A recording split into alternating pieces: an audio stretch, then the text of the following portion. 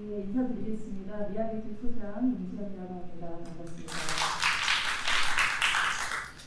네, 편안한 이야기 자리인데 이렇게 배치가 되니까 좀 그렇게 편안하진 않으시죠?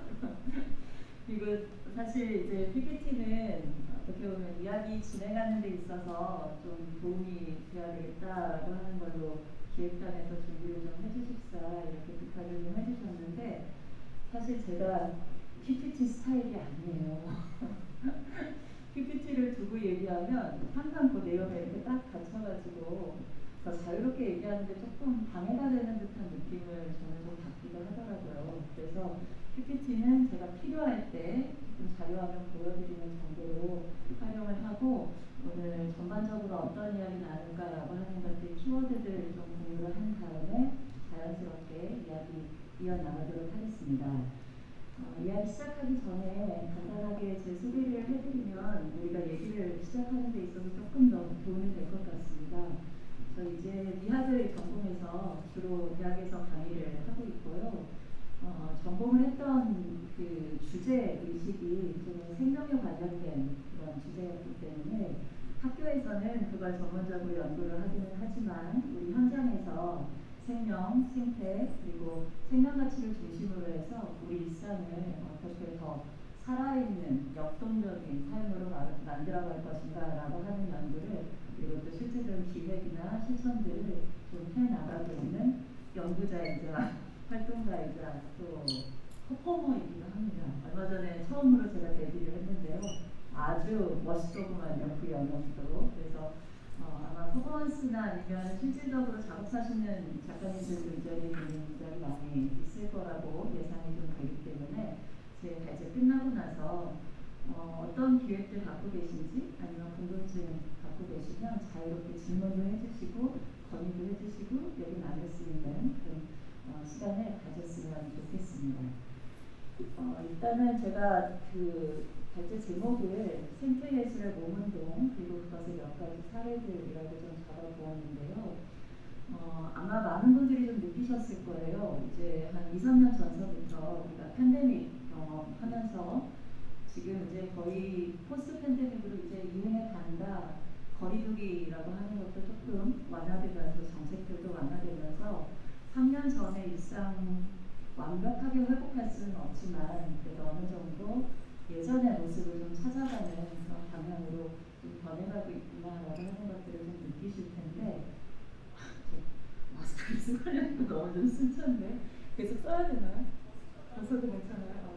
양해 좀 구하겠습니다. 나중엔 이게 호흡곤란이 오더라고요. 기절할지도 몰라. 맞습니다. 그래서 아마 많은 분들이 우리가 이 3년 동안의 이 팬데믹을 경험을 하면서 이게 생명 어떻게 살아가야 되는가 그리고 앞으로 우리 사회는 어떤 패러다임으로 전환해 가야 되는가라고 하는 문제들을 각자의 자리에서 고민을 하셨을 거라고 생각을 합니다. 그래서 그와 같은 흐름 속에서 우리 예술인들은 작가들은 우리의 일상을 지키기 위한 어떠한 대응을 해나가야 될 것인가 그리고 그러한 삶의 조건들 속에서 예술이라고 하는 것은 어떤 실천을 해야 될 것인가 라고 하는 것이 우리에게도 정말로 중요한 문제로 부각되었다라고 할 수가 있을 것 같아요. 아닌 게 아니라 한 2, 3년 전서부터는 특히 한 2년 전부터 있죠. 코로나 팬데믹 이렇게 발생을 하고 확산이 되면서 미술계라든가 예술계, 문화예술계 전반으로 이 생명, 생태 그리고 기후위기의 문제를 어떻게 극복할 것인가라고 하는 이 아젠다가 아주 핵심 아젠다로 제시가 되어가고 있습니다.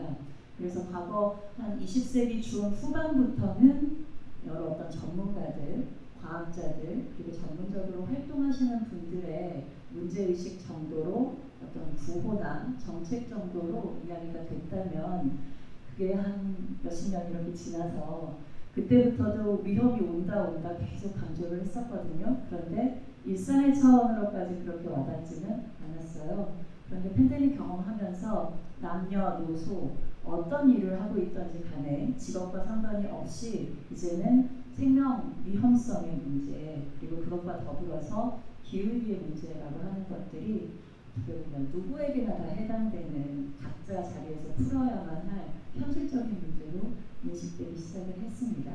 그래서 오늘은 아마 이제 비슷한 주제로 작업을 해 오셨을 거라고 좀 예상이 좀 되는데요.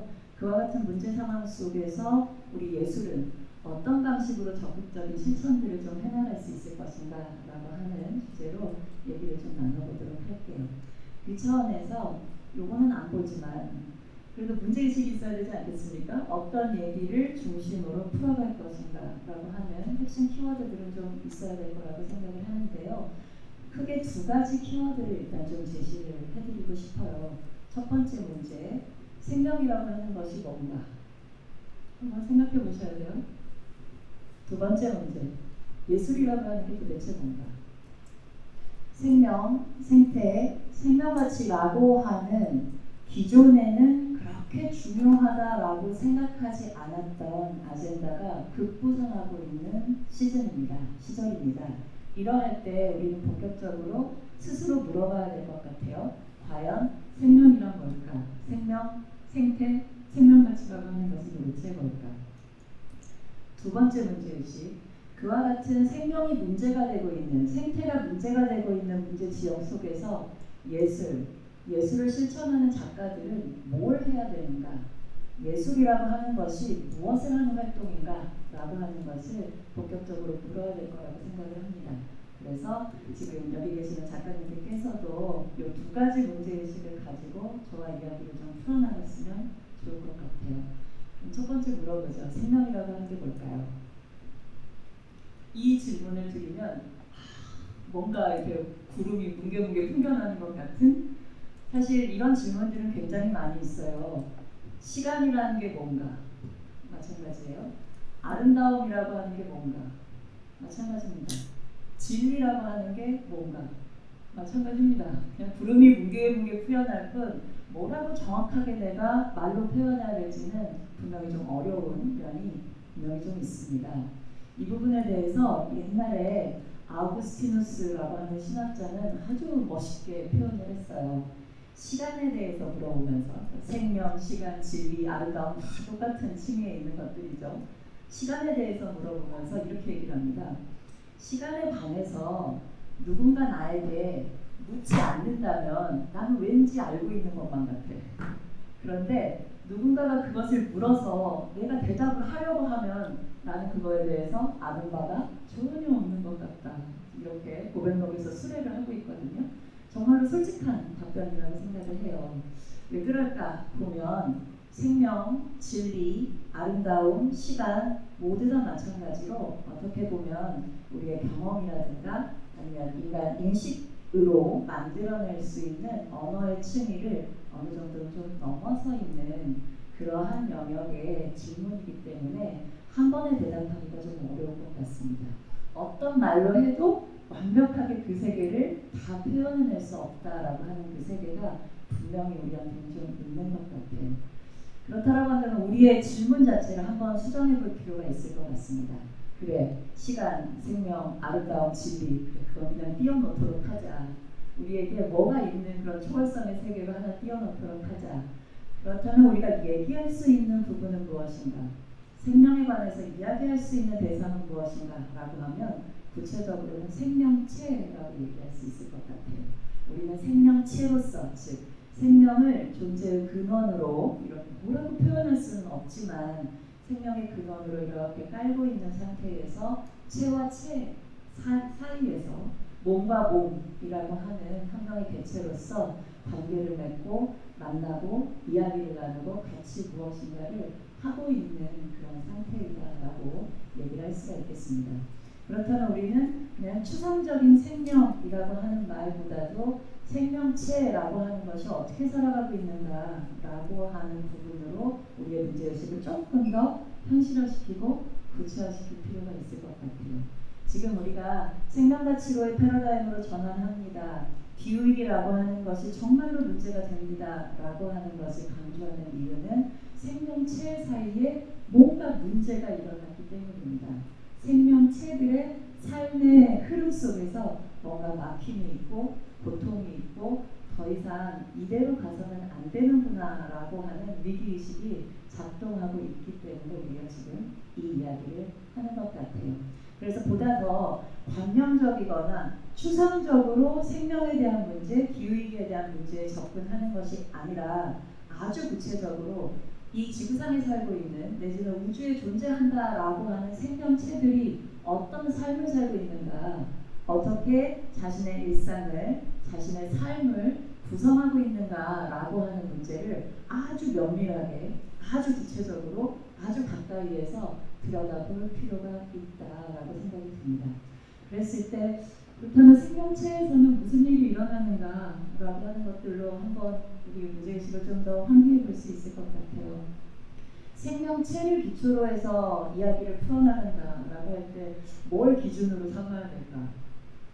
질문 자체가 조금 난해해요. 뭘 물어보는 겁니까 지금? 질문 자체가 좀 와닿지 않는 그런 질문일 수도 있는데, 기본적으로 몸을 중심으로 해서 사고를 한다, 몸을 중심으로 해서 문제를 풀어나간다라고 하는 것은 뭘 하는 걸까요? 몸을 생각하면 우리가 가장 구체적으로 몸을 아주 현실적으로 생각해 볼 수 있는 상황이라고 하는 것은 뭘까요? 여러분 다 마찬가지죠? 나는 몸을 가지고 있는데, 난 몸을 가지고 있는 내가 정말로 절절하게 살아있다라고 하는 순간을 언제 가장 크게 느낄까요? 숨 쉴 때. 네. 또 어떠십니까?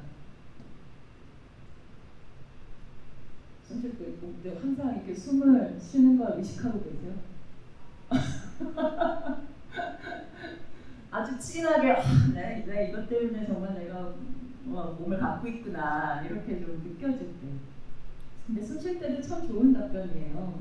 왜냐하면 의식하지는 않지만 호흡은 살아있다라고 하는 사실이 아주 공통적이고 기본적인 현상이기 때문에 굉장히 좋은 직관이라고 생각을 합니다. 그런데 이제 많은 경우에 몸을 가지고 있다라고 하는 경우 잘 떠올려 보면 좀 힘들 때입니다. 아플 때, 뭐가 잘 안 될 때, 고통이 없거나 힘들지 않거나 뭐가 잘 될 때, 이럴 때는 굳이 나에 대해서 생각을 하지 않아요. 그리고 특히 자신의 몸에 대해서 그렇게까지 들여다보지는 않습니다. 뭔가 좀 고통스럽고, 뭔가 좀 안 풀리고, 뭔가 좀 답답하고 하는 부정적인 현상 속에서 나의 몸, 나의 삶, 나의 생명이라고 하는 것을 한 차례 좀 깨닫게 되는 것 같습니다. 그래서 단적으로 이야기하자면 생명체를 기초로 해서 우리가 무엇인가를 이렇게 생각하려고 한다, 실천하려고 한다라고 하는 것은 추상적인 것도 있고 관념적으로도 뭐든지 다 떠올려 볼 수 있지만, 기본적으로 고통에 근간하고 있는 실천, 고통에 근간하고 있는 삶을 바라볼 줄 안다라고 하는 데에서 출발을 해야 될 것 같아요. 그래서 우리가 생명가치로의 전환을 주장합니다. 기후위기라고 하는 이 시대적 문제를 우리가 풀어나가야 된다라고 이야기하는 것의 근간에는 생명체로서 인간이든 비인간이든 우리가 겪고 있는 이 고통의 문제를 우리가 같이 연대하고 화합하여서 풀어나가 봅시다 라고 하는 그런 문제제기와 의제를 분명히 가지고 있는 것이다 라고 할 수가 있겠습니다. 고통의 문제는 관념으로 풀 수가 없습니다. 사실 생명에 대해서 한번 알아봅시다 라고 했을 때 우리가 가장 먼저 하는 일이 뭘까요? 아주 구체적으로.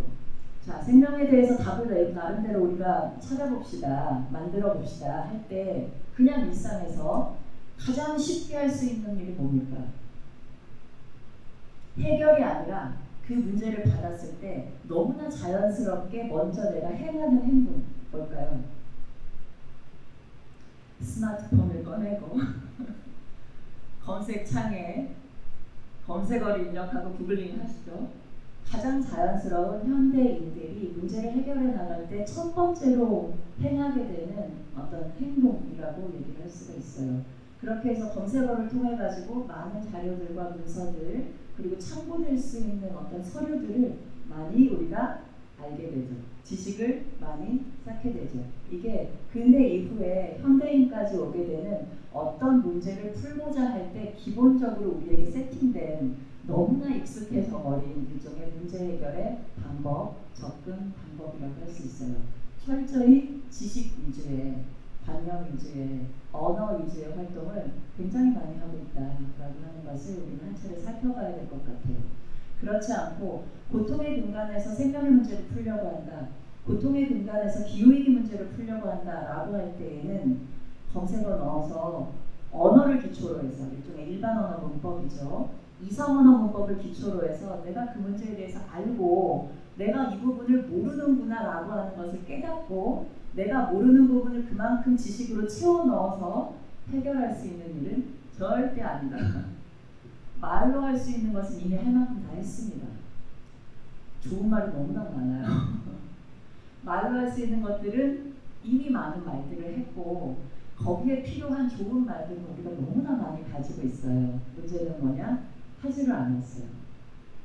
그 좋고 정말로 얘기만 들어도 환상에 빠질 만큼 그런 아름다운 말들을 우리는 소유하고 있었을 뿐이지 그것을 구체적으로 내가 어떻게 만들어갈 것이냐, 구체적으로 내가 어떻게 나의 실행을 통해 가지고 현실화 시킬 것이냐라고 하는 문제에 대해서는 너무나 무관심했다.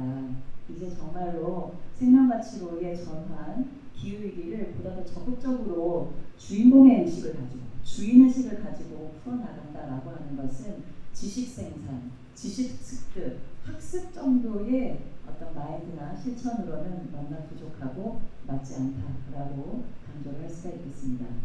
그렇다라고 한다면 그러한 흐름 속에서 이제 예술이 뭘 해야 되는가 본격적으로 고민해야 될 것 같아요. 그래서 두 번째 질문을 좀 던집니다. 예술은 뭘까요? 생명도 어려운데 예술 또 물어봐. 그리고 제발 강의하시는 중에 질문 좀 던지지 마세요. 듣는 사람 아주 황당합니다. 이렇게 반응을 보여줄 수도 있는데 그래도 한번 물어보죠. 예술이라고 하는 게 뭘까요? 예술은 뭘 하는 걸까요? 역시 마찬가지죠. 시간이든 생명이든 진리든 아름다움이든 뭔가 떠오르듯이 예술에 대해서도 우리에게서 떠오르는 어떤 도식, 어떤 이미지, 어떤 인형이라고 하는 것이 분명히 있긴 있습니다. 그런데 그게 너무 많아서 뭉게뭉게 풀어져서 딱 한마디로 정의 내리는 건 왠지 좀 자신이 없어요. 그리고 한마디로 정의 내리면 나머지 것을 놓칠 것만 같아가지고 굳이 그렇게 해야만 할까요? 이렇게 좀 유보적인 태도를 분명히 좀 취하고 있어요. 그런데 조금 더 적극적으로 물어보죠. 그래? 규정할 수 없다고 한다면 그 상황을 한번 즐겨보자. 나는 나의 자리에서 예술을 뭐라고 주장할 것인가? 그 부분에 대해서는 답을 나름대로 할 수 있을 거라고 생각을 합니다. 기본적으로 우리가 뭐라고 한마디로 표현할 수는 없지만 예술이 뭐예요? 라고 하는 질문을 받았을 때 자연스럽게 떠오르는 그 예술에 대한 인형, 예술에 대해서 가지고 있는 그 이미지, 그 예술이라고 하는 말이 가지고 있는 그 도식, 어디서부터 왔을까요? 언제부터 그런 이미지가 생겼을까요? 아마 비슷할 거라고 저는 장담합니다. 예술에 대해서 우리가 지금 가지고 있는 그 하나의 인형이 왜 비슷하냐? 비슷하게 배웠습니다. 아주 어릴 때부터 학원에 간다든가 학교에 간다든가 교과서를 통해서라든가 아니면 몇 가지 미술 작품 활동을 통해서라든가 아니면 대학의 아카데미 안에서 뭔가를 배운다든가 그 과정을 어릴 때부터 지금까지 이렇게 쭉 거쳐왔다면 우리가 가지고 있는 예술에 대한 이념은 비슷비슷합니다. 종류나 상태 아니면 어떤 특별히 좋아하는 취향 이런 정도의 차이가 있을 뿐이지 예술이란 이런 것이지 라고 하는 것을 떠올리는 그 이념은 사실 비슷비슷하게 공유하고 있을 거라고 생각을 해요. 그러한 예술의 인형이 언제부터 생겼을 것인가 단적으로 물어보면 사실 생긴 지 얼마 안 됐어요. 한 18세기 중반 정도부터 본격적으로 집중적으로 발명되기 시작을 했습니다. 그렇기 때문에 우리가 예술에 대해서 가질 수 있는 몇 가지의 규정들, 예술은 다른 능력이 아니라 상상력을 통해서 한번 구동시켜보는 거야. 예술은 천재라고 하는 능력을 기대해 볼 수도 있어. 예술은 유용성에 받쳐지는 것이 아니라 쾌의 형식, 우리의 즐거움, 어떤 형식적 만족이라고 하는 이와 같은 것들을 위해서 우리가 행하는 거야 라고 그나마라도 정의할 수 있는 이와 같은 예술에 대한 규정들 만들어진 지 300년 정도밖에 되지는 않았습니다. 예술이 언제부터 시작되었는가, 어떤 모습으로 시작되었는가라고 하는 것은 역시 뭐 이론가들마다, 연구자들마다 굉장히 다양한 답을 낼 수는 있지만, 최소한 우리가 지금 21세기 살아가면서 응애하고 태어나서 뭐 유치원에 가고 초등학교에 가고 중학교, 고등학교, 그리고 사람마다 좀 다를 수 있겠지만 아카데미 안으로 들어와서 공부를 하는 이 흐름을 그냥 비교적 비슷비슷하게 따라왔다라고 한다면 우리가 머릿속에 가지고 있는 그 예술 개념은 거의 다 비슷비슷합니다. 정도 차이는 좀 있을 뿐이지. 그와 같이 우리가 지금 가지고 있는 예술 개념이 만들어진 것은 300년 전이고, 그때 이후로 특히나 서구에서 만들어진 아카데미란 뭔가, 대학이란 뭔가, 각각의 전공들은 뭘 해야 되는가라고 하는 것을 집중적으로 고민하기 시작했던 17, 18, 19세기 중반까지의 이 시간 동안 집중적으로 우리가 생각하고 있는 예술 개념이 원리에 따라서, 그 근거에 따라서 일일이 다 만들어가지고 소위 말하는 자율적 원리, 예술이라고 하는 독립적이고 아름다운 세계라고 하는 것이 발명되고 만들어졌다라고 할 수 있겠어요. 그리고 그와 같은 예술이 일종의 글로벌리즘, 제국주의라든가 이와 같은 영향을 받아서 그 흐름 속에서 지금 내가 21세기에 한국에서 살고 있는 나의 머릿속에까지도 공유되고 흘러들어온 것이죠. 그와 같이 근대에 완성된 일종의 예술의 이념, 예술이 이러이러한 원리에 따라서 작동하는 것입니다 라고 하는 이와 같은 예술에 대한 규정이라고 하는 게, 그래, 그럴 수 있다. 그런데 한 번 더 다시 물어본다고 하는 거죠. 과연 그와 같은 예술이 오늘날에도 적합할 것인가?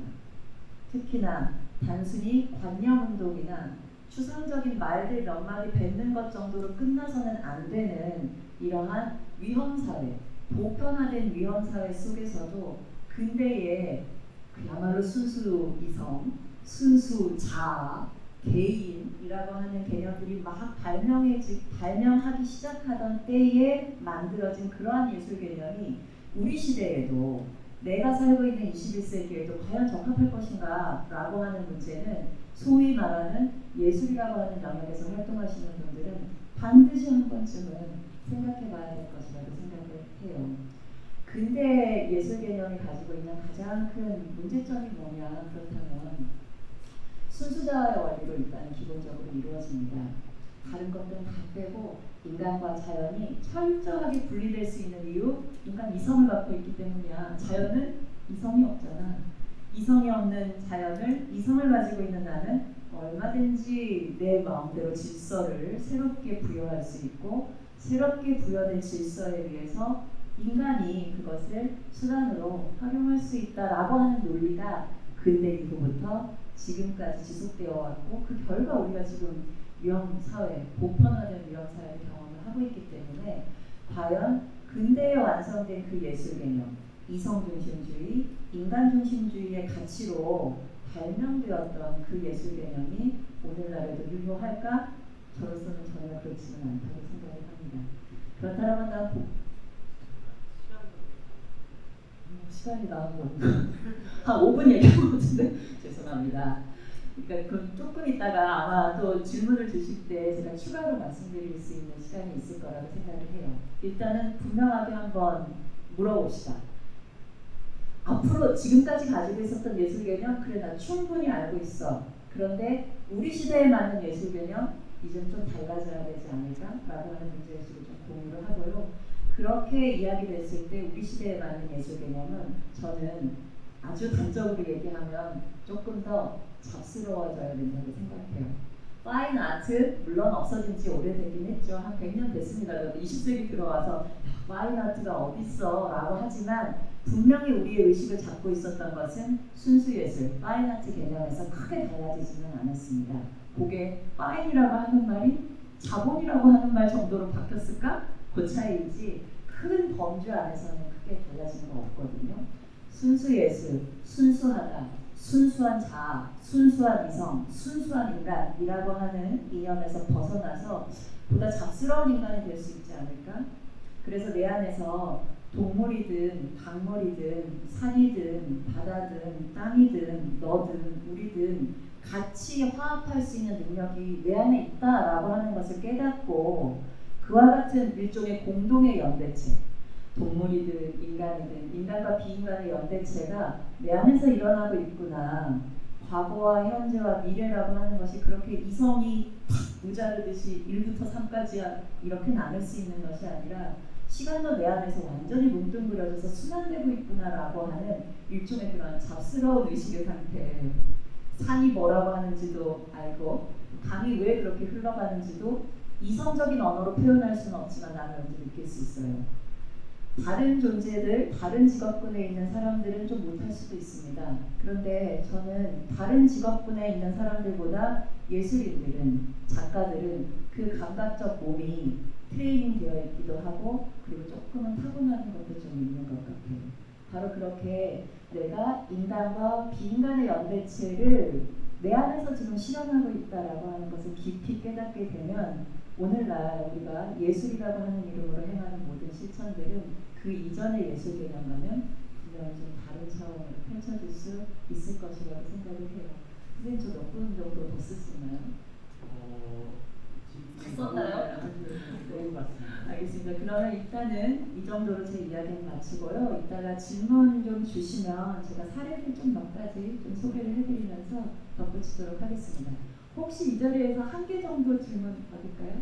예. 이제 선생님들 자유롭게 궁금하신 점 이렇게 물어봐 주시면 되겠습니다.